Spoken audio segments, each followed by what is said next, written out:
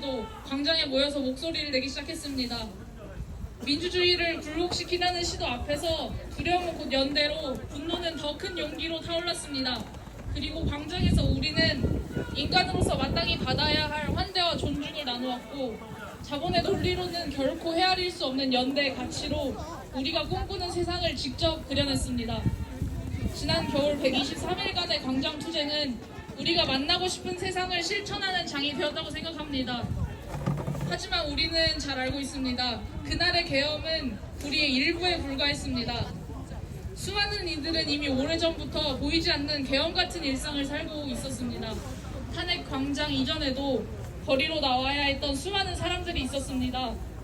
시기에 국한되지 않는 약자들의 치열한 투쟁은 역사 속에서도 지금까지도 있어 왔고 있습니다.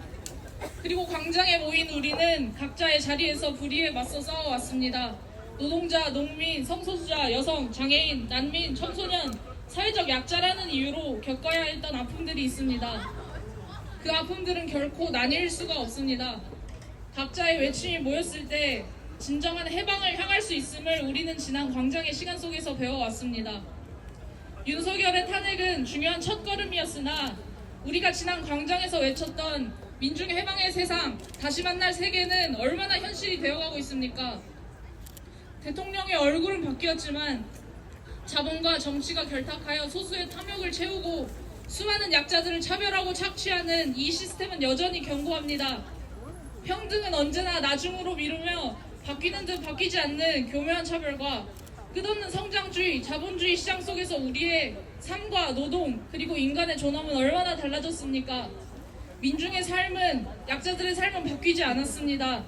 생존을 위한 투쟁이 지금 이 시간까지도 고공에서, 거리에서, 농성장에서 계속되고 있는 것이 지금 한국 사회입니다. 탈상품화, 탈자본, 탈성장, 탈권력, 탈정상성의 세상을 꿈꿉니다.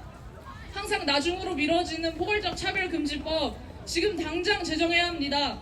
공공행정, 제도 등에서 차별을 금지하라는 아주 기초적인 법안, 이 법안을 더 이상 미뤄서는 안 됩니다.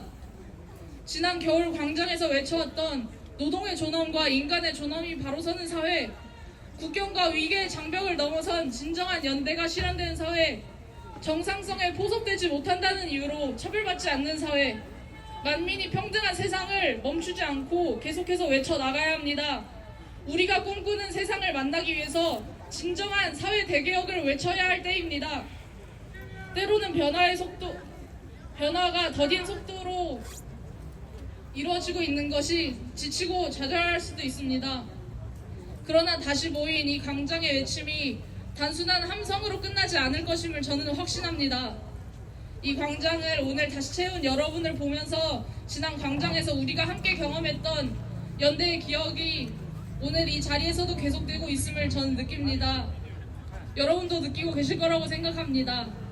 서로의 어깨를 맞잡고 서로의 존재를 귀하게 여기면서 이 연대의 자리를 기억합시다. 서로가 서로의 연대자로 동지로 함께하기로 했던 하나하나의 약속을 기억합시다.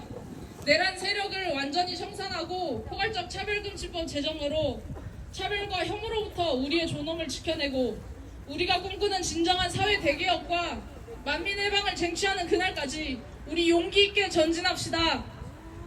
구호로 마무리하겠습니다. 내란 세력 완전 청산하라!